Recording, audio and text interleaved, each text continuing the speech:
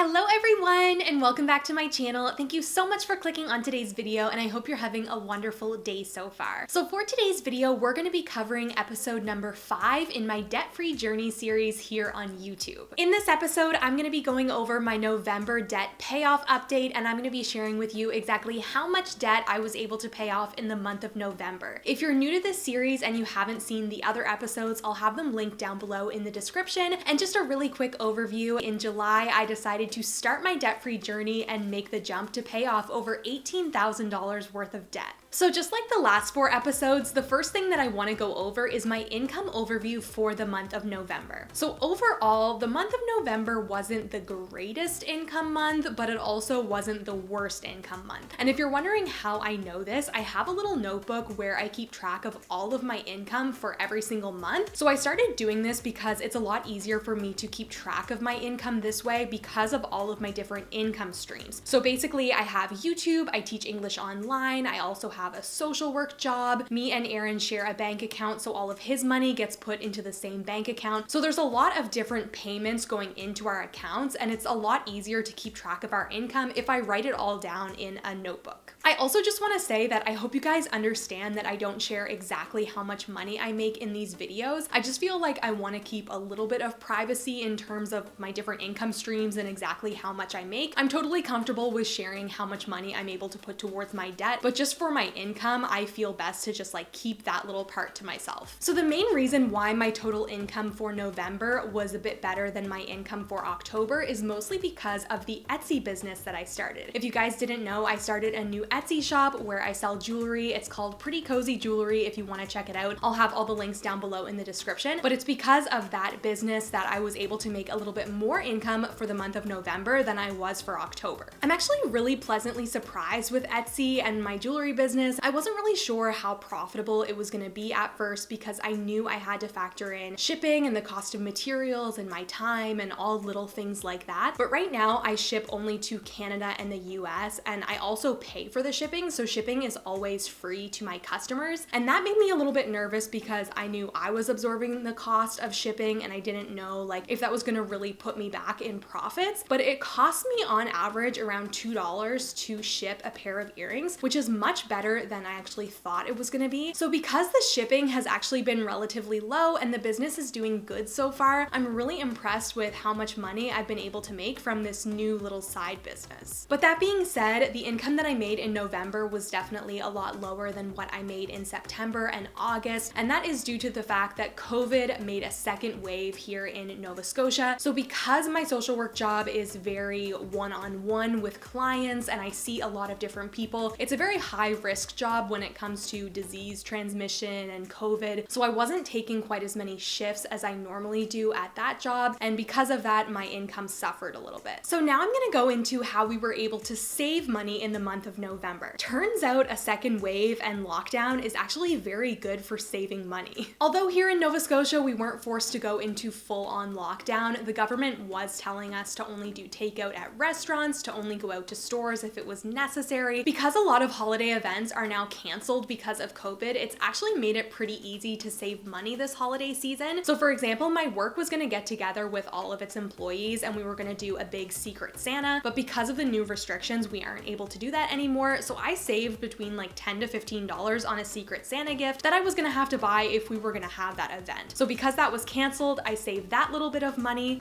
Okay, everyone, now it's time for the part of the video that I dread, where I admit where I spent money this month. This part of the video is very important but hard for me because I have to reflect on what I spent money on this month and where I might have gone a little bit overboard. So the main reason why I had to spend a lot of money this month and the main area where I spent my money this month was definitely on Christmas prep. So a little backstory, Aaron is originally from Newfoundland and that's where his parents live. We currently live in Nova Scotia, and because Aaron stayed in Nova Scotia last year for Christmas, he told his parents that he would go home to Newfoundland this year for Christmas. That was the plan up until the second wave hit here in Nova Scotia and in the Atlantic provinces as a whole. So basically the governments of all the provinces were saying that if you go to a different province this holiday season, you have to quarantine for 2 weeks weeks and you're not able to see anybody. You can't really leave a bedroom. You have to be quarantined. So it really didn't make sense for him to go home for Christmas because it just wouldn't be worth it. And there's also a lot of risk if you're traveling in the airports and stuff. So basically we decided that Aaron would stay here in Nova Scotia for Christmas again. But because of that, I was a little bit stressed because I didn't think we were gonna have to do gifts this year for each other. I was gonna go to my parents' house and get gifts from them, and he was gonna go to his parents' house and get gifts from them. And then we were just gonna save money and not do a gift exchange with each other because we didn't really feel like it was necessary and we wanted to save the money. But because he was now staying here, I would feel so bad if he basically came over for Christmas and he didn't have anything to open on Christmas morning or a stocking. And I also didn't want to expect my parents to like buy him a bunch of gifts and put together a big stocking for him when they didn't realize that he was gonna be there, and I didn't want them to spend that extra money. So this was definitely an unexpected expense for November because I now had to buy all of these things for Christmas that I didn't expect to have to buy. So that was fine. All of my Christmas shopping is done and I got him some really nice gifts that I know he's gonna appreciate. So that was money well spent. But another area where we spent money in the month of November was on our new Christmas tree. I told you guys that we use an envelope system and we've been saving up for Christmas since the summertime, and most of that savings, or the money that was saved in that envelope, went towards our new artificial Christmas tree. We paid around $360 for that tree, so it was definitely an investment. But because it's a lot bigger of a tree than we had originally put up in our apartment, I needed to buy some more decorations to put on the tree because I really like the look of a tree that's decorated and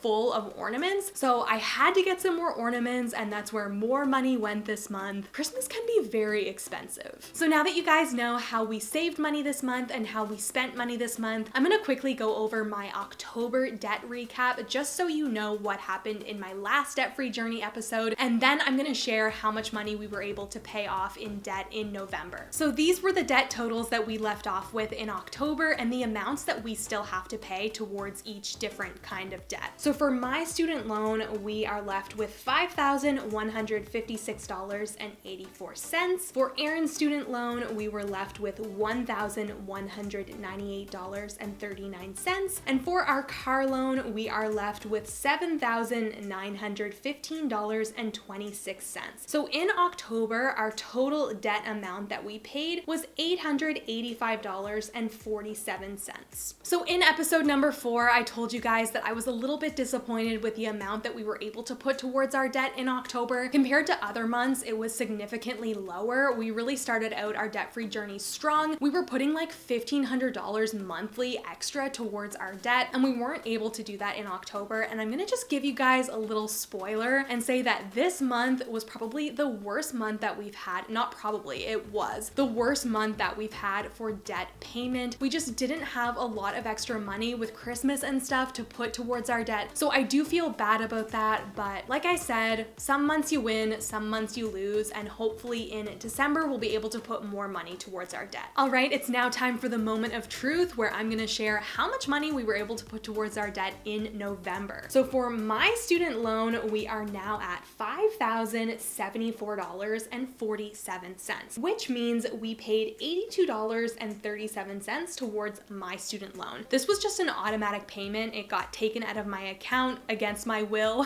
essentially, but I am glad that they took that little bit of money because otherwise I might not have put any money towards my student loan. So that is a very low payment, but at least I knocked an extra $82 off of my student loan. For Aaron's student loan, our new total is $876.95, which means we paid $321.44 onto Aaron's student loan, which is really great. And our car loan is now at $7,757.78, which means we paid $157.48 towards our car loan, which is very sad. That is the lowest amount by far that we have put towards our car loan.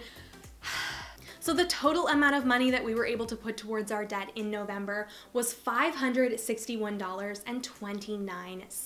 So overall, this has definitely been the most disappointing month so far in terms of debt payoff. It's a little bit discouraging when I look back to September when we were able to put $1,500 towards our debt as opposed to the $500 that we put towards it this month. But if anything, I hope it just goes to show if you're trying to pay off debt that not every month is going to be better than the last. It's going to be hard, it's going to be challenging, and some months are going to be better than others, but every single month is a fresh start and you just have to keep trying. And I just have to remind myself that although it might not seem like a lot in the moment, when I look at my little whiteboard and the new debt total that we have to pay, the fact that it's only $13,709.20 and I started off with over $18,000 worth of debt to pay, that's pretty great. So every time I look at this board, I'm reminded of how far we've come and how much debt we've actually been able to knock off. So the fact that I'm down to $13,000 is really special to me, and it just reminds me that my hard work will pay off even if it's slow. Okay everyone, that is it for episode number 5 in my debt-free journey. I really hope that you're still enjoying this series and that you're liking hearing how much debt I've been able to pay off every single month. I'm excited for the next debt payoff update because I'm hoping that it will be a little bit better than this one and that I'll be able to put even more money towards my debt. If you like this video, don't forget to give it a big thumbs up and also hit the red subscribe button if you're new so that you can join our YouTube family. Down below in the description, I have all of the other episodes listed as well as my Etsy shop, my Instagram page, my Facebook page, all of that kind of stuff, and I will see you guys in my next video. Bye!